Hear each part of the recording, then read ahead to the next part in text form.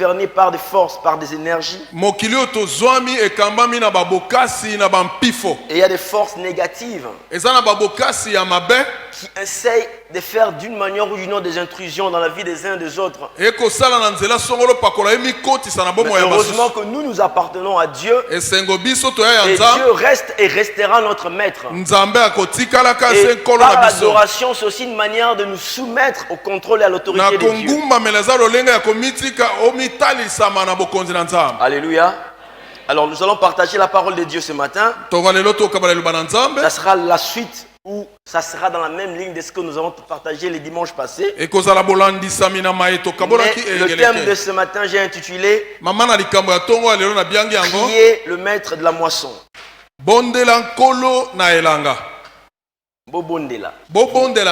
Prier le maître de la moisson. Alors le dimanche passé, j'étais en train de dire que le souci c'était d'essayer de refocaliser l'église sur la vision de faire des disciples. C'est toujours dans la même visée, même objectif. Mais aujourd'hui, je vais mettre plus l'accent. J'en avais parlé le dimanche passé, mais c'était plus en termes les disciples d'abord pour servir. Mais aujourd'hui, je vais mettre plus l'accent sur la prière comme un moyen pour servir Dieu dans la matérialisation de la vision de faire des disciples. Souvent, nous regardons la prière comme un moyen de communiquer avec Dieu, bien sûr, mais pour nos besoins. Mais alors que vous allez voir que la prière, c'est un moyen efficace par lequel tout disciple commence à servir Dieu. Alléluia. Et j'ouvre une parenthèse, comme je l'avais dit une fois ici. En fait, en réalité, quand vous priez pour votre propre vie, vous priez en fonction de la volonté de Dieu, de ce que Dieu veut faire dans votre vie. Votre intelligence vous dit que vous priez pour vous-même. Mais spirituellement, vous êtes en train de travailler pour Dieu parce que vous êtes d'abord vous-même l'œuvre de Dieu. Et quand vous priez pour que ce que Dieu veut faire se fasse dans votre vie, et dans sur tout le plan spirituel, matériel, financier, en fait, vous êtes en train de servir Dieu. Je ne sais pas si vous me comprenez. Alléluia. Donc c'est très important qu'on puisse comprendre cela. Alors permettez-moi qu'on relise le texte qu'on a lu le dimanche passé, et puis on va prendre un autre texte pour essayer d'appuyer un peu sur la question de la prière. Prier le maître de la moisson. J'ai dit prier le maître de la moisson. Alors je suis dans Luc, le chapitre 10. Je commence au verset 1er. Du verset 1er jusqu'au verset 3. On saute, on prend le verset 5 jusqu'au verset 9.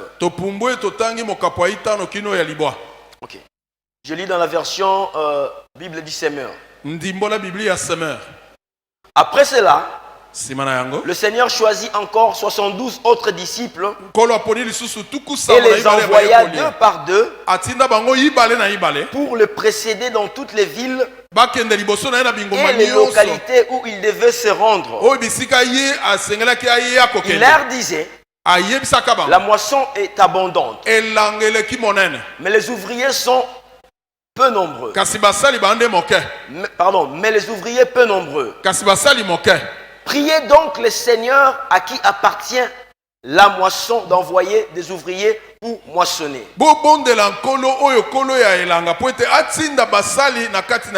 Allez, je vous envoie comme des agneaux au milieu de loups.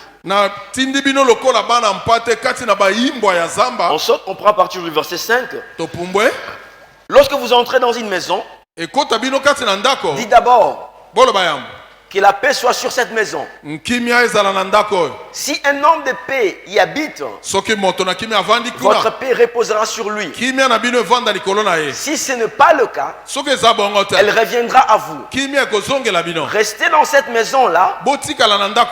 Prenez la nourriture et la boisson que l'on vous donnera. Car l'ouvrier mérite son salaire. Ne passez pas d'une maison à l'autre pour demander l'hospitalité. Dans toutes les villes où vous irez et où on vous accueillera, mangez ce que l'on vous offrira, guérissez les malades qui s'y trouvent, qui s'y trouveront, et dites aux gens, le royaume de Dieu est proche de vous. Alléluia. Alors bien aimé, le texte que vous avez sous les yeux, je vais faire rapidement un condensé de ce qu'on a partagé les dimanches passés. C'est un texte de l'évangéliste Luc. Si vous allez au premier chapitre, Luc chapitre 1er, je crois le premier, deuxième, troisième, premier verset, il explique comment est-ce qu'il a écrit ses livres. On peut carrément y aller.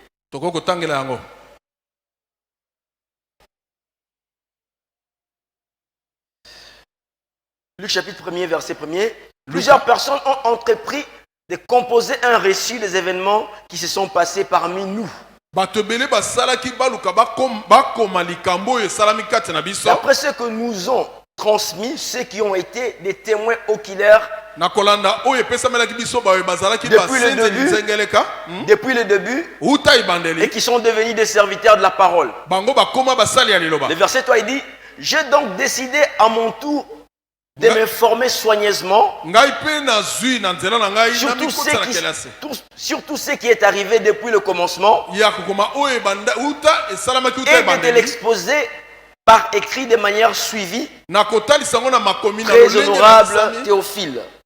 Très honorable Théophile. Alors, vous voyez ici, l'évangéliste est en train de dire ceci, que lui n'était pas témoin oculaire. Mais il essaye de donner du crédit à ce qu'il est en train d'écrire. Il dit plusieurs ont commencé à avoir des projets pour parler de ce qui s'est passé parmi nous, donc parler de l'histoire de Jésus. Alors lui aussi, il s'est dit, je veux vérifier soigneusement auprès de ceux qui étaient là, ceux qui ont reçu des témoins oculaires, qu'est-ce qu'a été la réalité de Jésus, comment est-ce qu'il a fonctionné, et je vais te l'exposer par écrit pour que cela serve de soubassement à ta foi. Vous voyez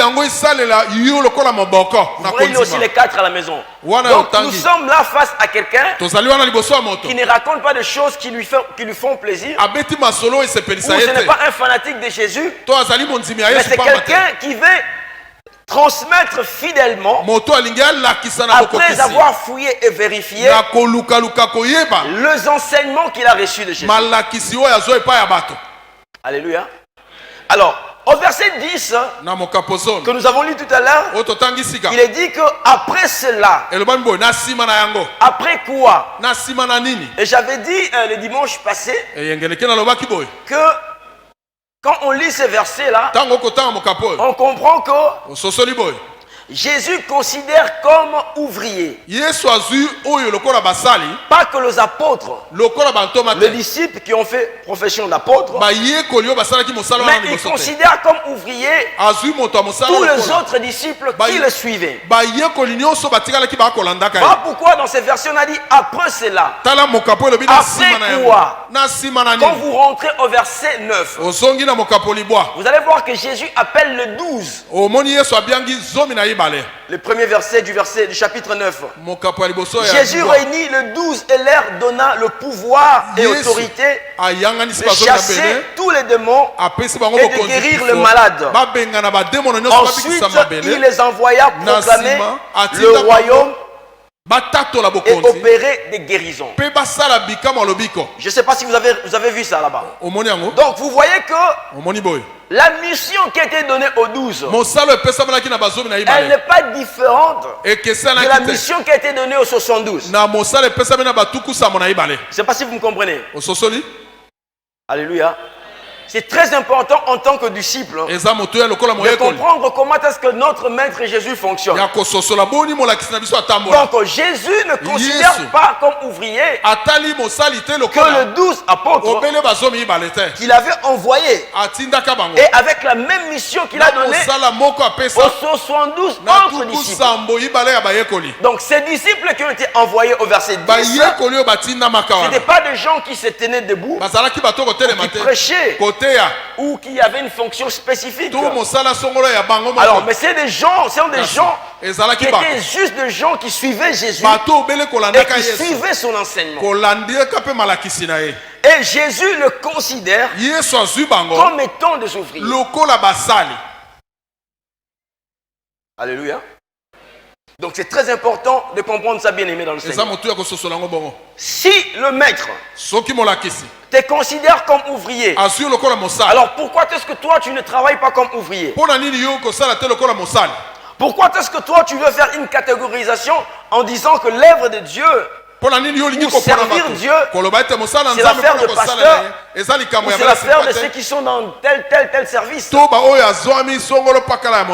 Le Seigneur Jésus n'a pas regardé ses disciples de cette façon-là. Alors j'étais en train de dire le dimanche passé, ça c'est juste un résumé. Seuls les disciples sont éligibles au service. On a dit, après cela, il a envoyé encore 70 autres disciples. Alléluia. Pourquoi on ne dit pas qu'il envoyait encore la foule de gens qui le suivaient? Parce que c'est qui rend éligible au service de Dieu, dans le souci d'atteindre les âmes et de faire des âmes les disciples, ce qui rend éligible à postuler ou à travailler à cela, c'est le fait d'être d'abord soi-même disciple. Alléluia. C'est très important qu'on puisse comprendre cela. Il y a des gens ici, malheureusement, on n'est pas encore dans un pays qui s'est développé, industrialisé avec des entreprises qui fonctionnent. Mais ça tient quand même. S'il y a un travail à faire, okay, vous voulez embaucher quelqu'un, il y a quand même un profil, non? Il doit être capable de faire ci, de faire ça, de faire ça. Des trucs qu'il possède en avance. Je ne sais pas si vous me comprenez. Donc, si dans le monde des hommes ne peut pas travailler, par exemple, je prends une société Vodacom RTL, et c'est lui qui a la volonté de travailler à Vodacom RTL dans un service donné, il y a un profil qui est rattaché à lui qui le rend éligible à ces services-là.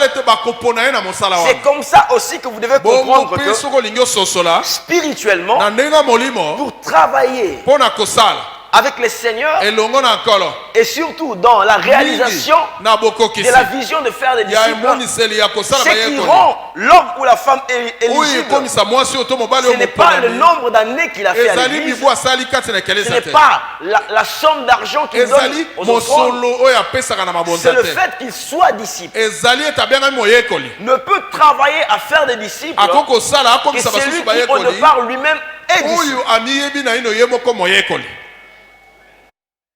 Alléluia. C'est très important. Ça, ce n'est pas un tableau pour nous faire plaisir. C'est pour nous rappeler ce que Dieu attend de nous. Et les dimanches, j'avais beaucoup insisté sur le fait des disciples. Parce que si nous-mêmes, on n'est pas disciples, on ne sera pas éligible pour faire des disciples. Alléluia. Et le dimanche aussi, j'avais dit ceci, que Jésus considère les autres disciples, voilà, je viens de le dire tout à l'heure, comme des ouvriers. Et voilà pourquoi au verset 7, il dit, l'ouvrier mérite salaire.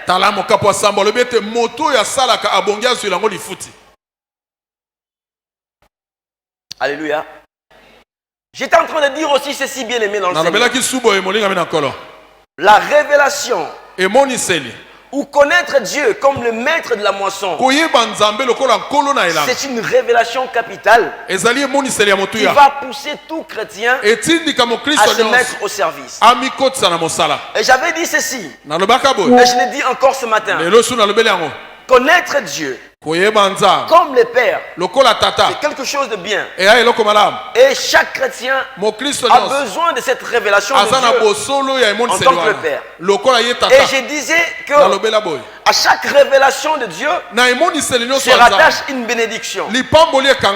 Jésus a marché avec ses disciples. Mais ces jours-là, quand il les envoie, quand il dit priez donc le maître de la moisson, il les instruit au fait que il n'est pas que Dieu, mais il est aussi le maître de la moisson. Et recevoir cette révélation de Dieu comme étant le maître de l'ouvrage, comme étant le patron, ça nous fait entrer dans une autre dimension de Dieu, qui est la dimension du salaire.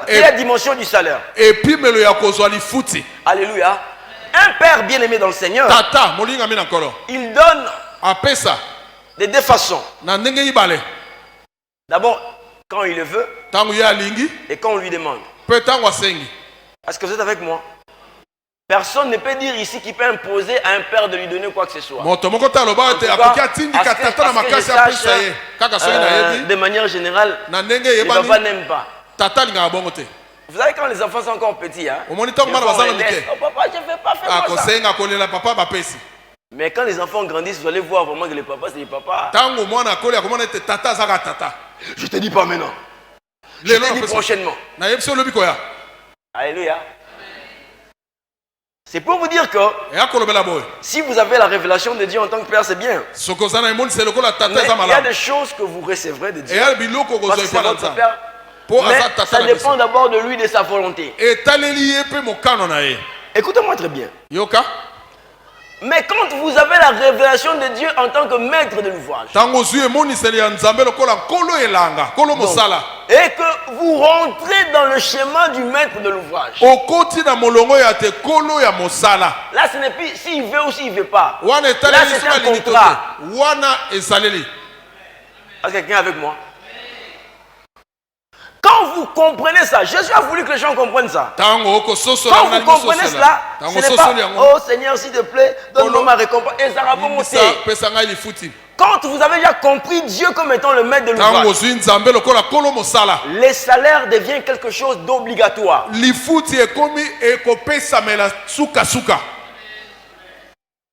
Alléluia. Je ne sais pas si vous me comprenez. Bien aimé, la Bible va nous bénir. Et vous allez voir que des fois, beaucoup de chrétiens sont en attente. Je me permets de le dire. Parce qu'ils ne connaissent Dieu qu'en tant que Père. Demande et attend quand le Père va donner. C'est normal. Et nous sommes que dans cette dimension-là de la bénédiction, Père et Fils. C'est pas mauvais. Mais très peu de chrétiens ont leur salaire.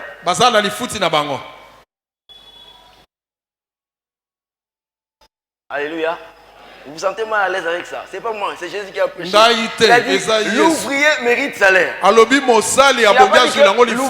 doit demander son salaire. Non. Quand on a cette révélation, et c'est ce qui est intéressant, on va comprendre que Dieu est lié à un contrat.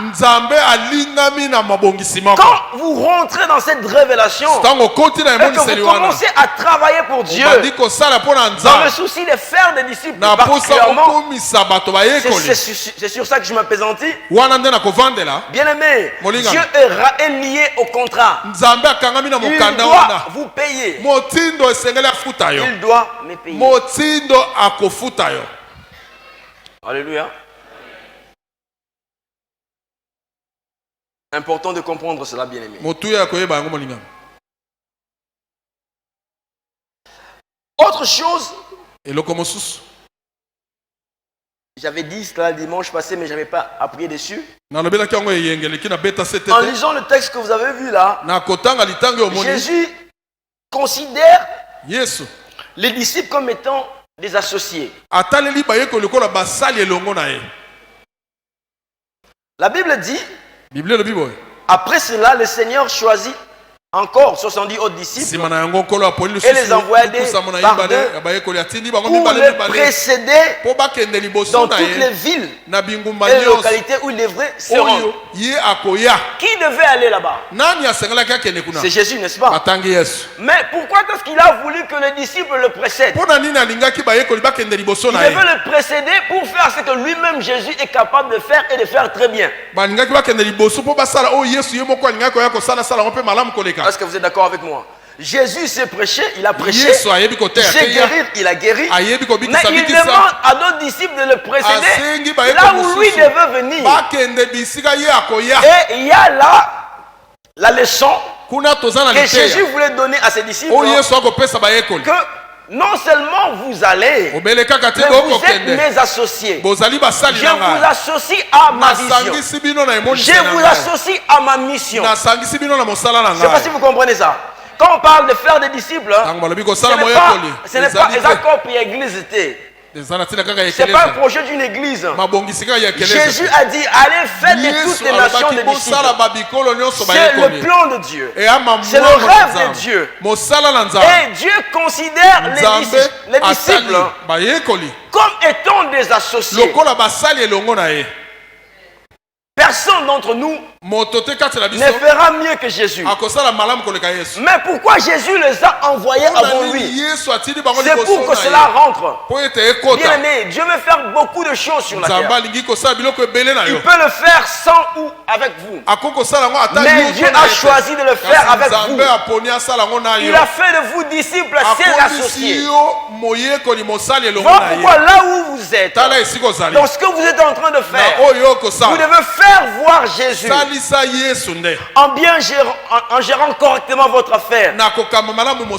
Quand votre affaire prospère ou vos affaires prospèrent, les gens peuvent glorifier Dieu parce que vous excellez.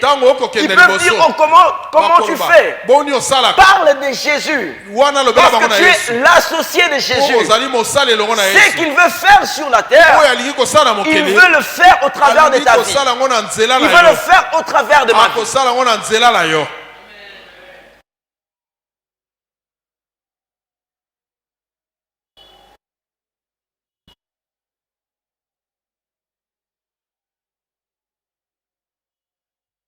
Alors, toujours dans cette idée-là, et c'est là que je vais atterrir pour asseoir l'idée de la prière. Priez donc le maître de la moisson.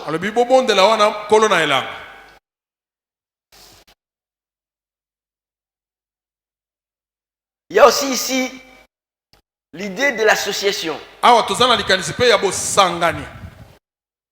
Je disais tout à l'heure, Dieu s'auto-suffit. Dieu s'auto-suffit. Mais pourquoi est-ce que Jésus demande à ses disciples de prier? Parce qu'en fait, en réalité, la prière nous associe aux décisions que Dieu veut prendre. Je ne sais pas si vous me comprenez. Bien aimé dans le Seigneur, Dieu peut faire ça sans qu'on lui demande. Dieu peut faire sans qu'on lui prie. Mais quand il demande aux disciples de prier, ce n'est pas qu'ils ont quelque chose à ajouter dans les compétences de Dieu, mais c'est une manière de faire des associés, des décisions que Dieu prend pour influencer le monde. Alléluia. Bien aimé, les gens ne vont pas voir Dieu descendre. Mais les gens vont voir que Dieu gouverne parce que toi tu as parlé et la chose est arrivée. Tu as dit, je l'ai dit au nom de Jésus. Alléluia. Au verset 9, il demande aux apôtres de prier et de guérir les malades. Au chapitre 9, il demande aux apôtres de prier et de guérir les malades. Au chapitre 10, il demande aux disciples, si vous allez, si vous trouvez des malades, guérissez les malades. Alors, qui vous a dit que l'affaire de guérir les malades, c'est seulement les pasteurs? Bien, mais on parle de quelle Bible? On parle de quel Seigneur? Autant le pasteur a mandat de guérir les malades, autant un disciple, peu importe son âge, a le mandat de guérir les malades. Et quand il prie pour guérir les malades, il participe à la décision de Dieu de guérir ces malades-là. Bon, mes grands-pères,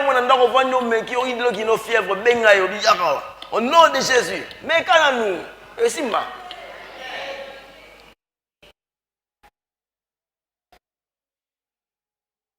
On ne peut pas dire, oh, le pasteur, il ne fait pas compris les appeler, prier. Non, on va prier. Mais vous êtes disciples, non? Et moi et vous, notre maître, c'est Jésus, non? C'est pas Jésus? Alors si Jésus vous considère comme étant ses associés, il vous envoie avant lui. Et il vous demande de prier pour les malades. Mais comment est-ce que vous vous considérez comme associé de Jésus?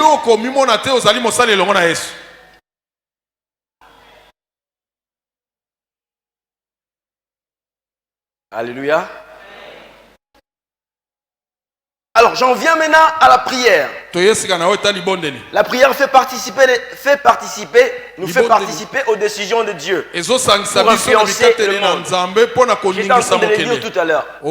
Alors voilà pourquoi Jésus parle à ses disciples. Il dit, priez donc le maître de la moisson. Alors bien aimé dans le Seigneur, permettez-moi de m'attarder un peu sur ça. Si nous voulons commencer à travailler pour Dieu, la première chose, ou le premier service que nous pouvons donner, travailler pour faire des disciples, c'est de commencer à prier pour le salut de ça. Alléluia. C'est tellement capital.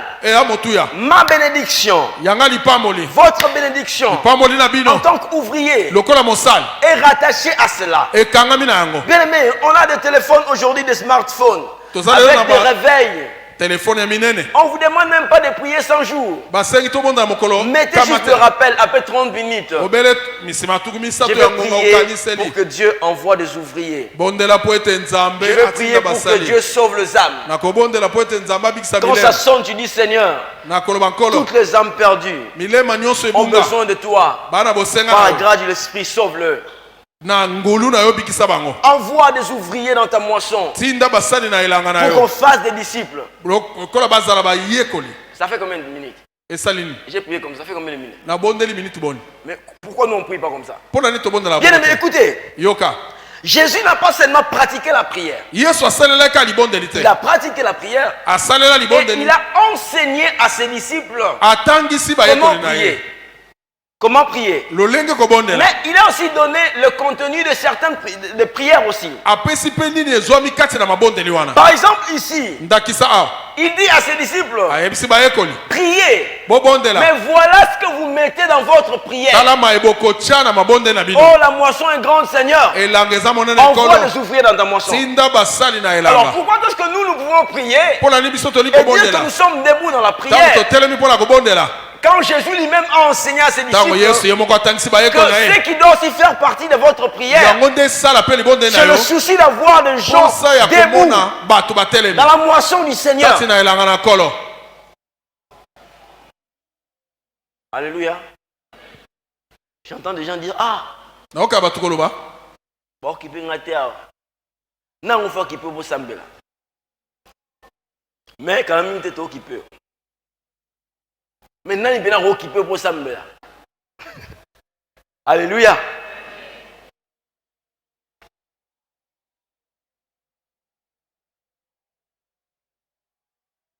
Concrètement, on fait quoi, bien-aimé? On va faire quoi si vous écoutez cette prédication? Et si vous comprenez que Dieu est le maître de la moisson, j'aimerais qu'on commence à travailler par la prière. Dites-vous 2 fois par jour, je vais prier 1 minute pour que le Seigneur envoie des ouvriers dans la moisson, pour que le Seigneur sauve les âmes. Mettez-le sur votre téléphone. Mettez-le sur votre téléphone. Commencez à le faire, c'est très important. Alors regardez encore un autre verset pour essayer d'asseoir cela. Nous sommes dans Colossiens. Colossiens chapitre 4, versets 2 à 4.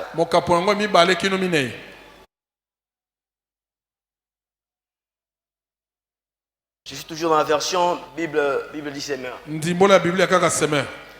On dit ceci: persévérer dans la prière. Est-ce qu'on est ensemble? Persévérer dans la prière. Je dis souvent aux gens que la prière, ce n'est pas une blague. Si on demande de persévérer, ça veut dire que ça demande une certaine endurance, n'est-ce pas? Une certaine concentration. Donc, persévérer dans la prière, soyez vigilants dans ces domaines et reconnaissants envers Dieu. Bien-aimés, pour servir Dieu, nous devons être vigilants dans la prière. Nous devons persévérer. Nous ne devons pas prendre l'affaire de la prière avec une certaine légèreté. Ce n'est pas du théâtre qu'on fait. Oh, marathon de prière, ceci. Oh, semaine de prière. Non. Restez vigilants dans ces domaines-là. Parce que c'est très capital. Alléluia. Voilà pourquoi les Quinois disent ceci. Le sambo futaka. Alléluia. Lorsque vous priez, intercédez en même temps pour nous, afin que Dieu nous donne des occasions d'annoncer la parole et de proclamer les secrets de son plan qui concerne le Christ. Ok, je suis allé très vite. Lorsque vous priez, intercédez en même temps pour nous, afin que Dieu nous donne des occasions d'annoncer sa parole, de proclamer le secret de son plan qui concerne le Christ. Vous allez lire jusqu'au verset 4 à la maison. Bien aimé, écoutez, ici, Paul est en train de s'adresser à qui? Il s'adresse aux disciples. Les gens qui ont étudié la Bible ou qui étudient la Bible ou l'histoire du christianisme, ils considèrent Paul comme un génie. Parce qu'au départ, le mouvement du christianisme n'était réservé qu'à un groupe de juifs qui étaient considérés comme des hérétiques par le juif pratiquant. Alors quand Paul s'est converti, c'est Paul qui a universalisé le christianisme. Il a répandu ça un peu partout. Donc il est considéré comme un génie. L'autre dit que c'est un aventurier, mais moi je ne rentre pas dans tout ça. Il a menti les gens, il a créé pour adapter ça au monde entier, ainsi de suite. Mais moi je pense vraiment que Dieu l'a utilisé. Mais c'est lui qui parle maintenant. Et il demande la prière. Donc il savait que le succès dans la conquête des âmes, pour faire des disciples, bien qu'il était apôtre, cela ne suffisait pas. Il avait besoin de la prière des disciples pour que Dieu le rende capable, le rende fort, pour que quand il travaille, il arrive à toucher des âmes pour Jésus. Voilà pourquoi vous et moi, nous devons prendre la prière comme un moyen efficace pour commencer à servir Dieu, pour que les âmes soient sauvées. Alléluia. Allez, regardez là. Je vois que les gens commencent à dormir. Je vais m'arrêter ici. Paul fait quelque chose de très intéressant ici. Dans ce texte, il dit, lorsque vous priez, intercédez en même temps. Vous voyez ça? On doit avoir de l'équilibre quand on prie. Quand vous priez, on peut comprendre que c'est des prières qui n'ont rien à voir avec l'intercession. Parce que l'intercession, c'est la prière en faveur d'une tierce personne. Mais il dit ceci, quand vous priez, je peux essayer de paraphraser comme ça, ou d'interpréter comme ça. Quand vous priez pour votre vie, quand vous demandez des choses à Dieu, pour votre vie, Dieu soit loué, il faut le faire. Prier en même temps. C'est-à-dire que le déséquilibre doit être maintenu. Autant je prie pour moi, autant j'intercède pour que l'évangile gagne du terrain. Ces choses-là doivent être des réalités pour les disciples. Parce qu'en réalité, c'est que Dieu attend de nous, c'est que nous, tous ensemble, que nous arrivons à faire en sorte que les hommes deviennent des disciples. Que les hommes le rencontrent lui. Donc ma prière pour ma vie est accompagnée de l'intercession pour que les âmes perdues arrivent à voir Dieu.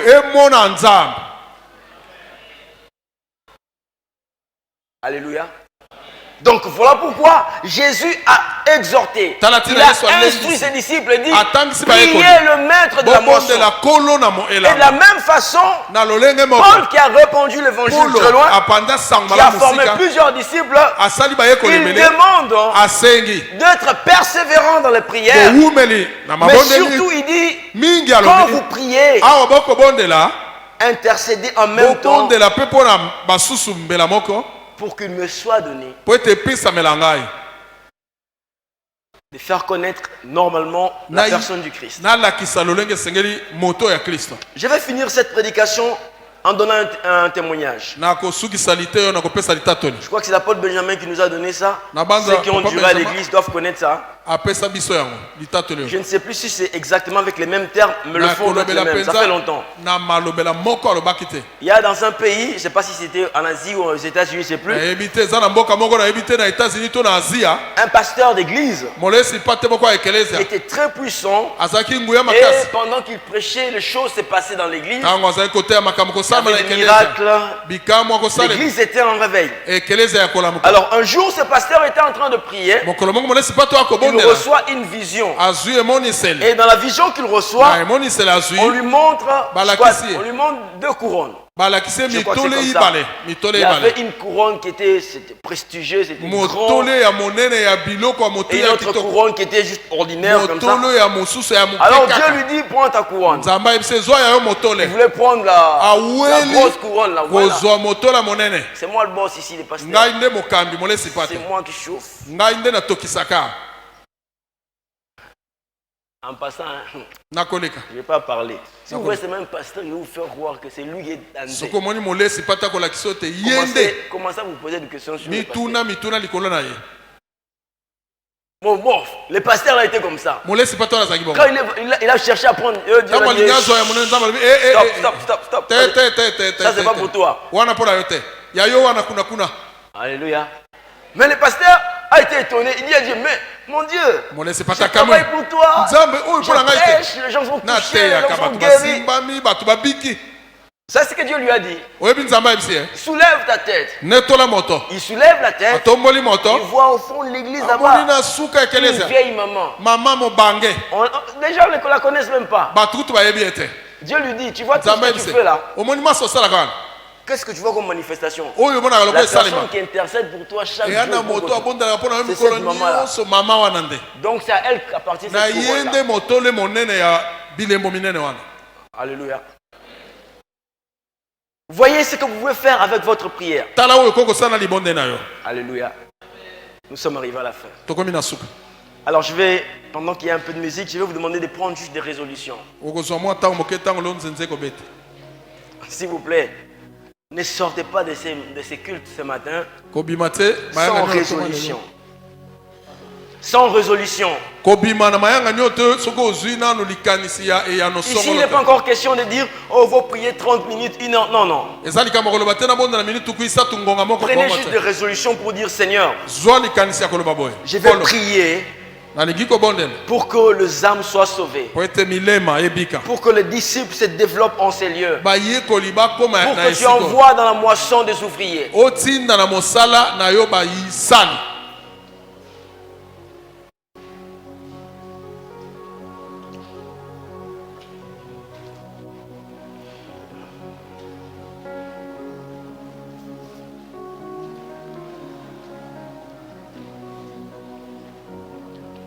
Est-ce que vous pouvez prendre cette résolution-là?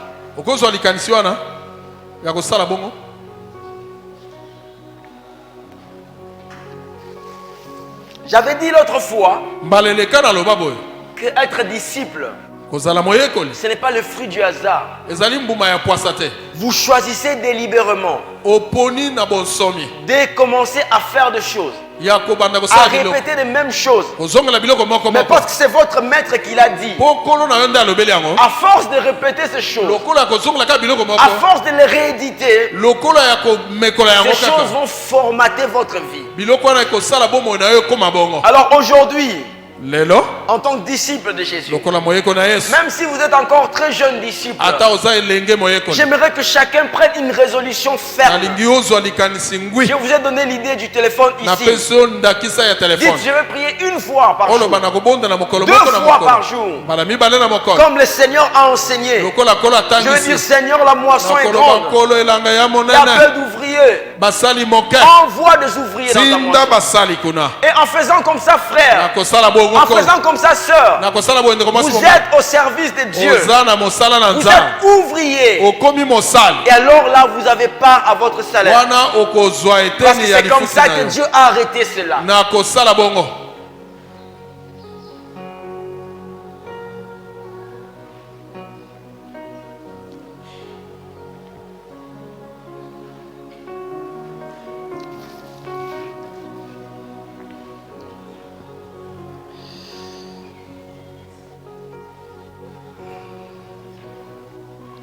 Oh oui.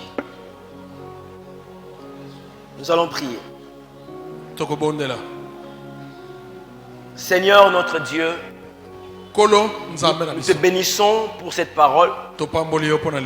Tu es le seul qui fait croître ta parole dans le cœur des uns et des autres. Merci de faire en sorte que la sœur, le frère qui est là, soit saisi par cette parole et qu'il commence à vivre en fonction de cette parole. Qu'il se lance dans la prière pour qu'il y ait des frères et des sœurs avec le cœur de Dieu pour les âmes perdues. Qu'il prie de tout son cœur. Qu'il entraîne sa famille à prier comme ça. Qu'il entraîne les autres frères et sœurs de l'église à prier comme ça. Nous te disons merci.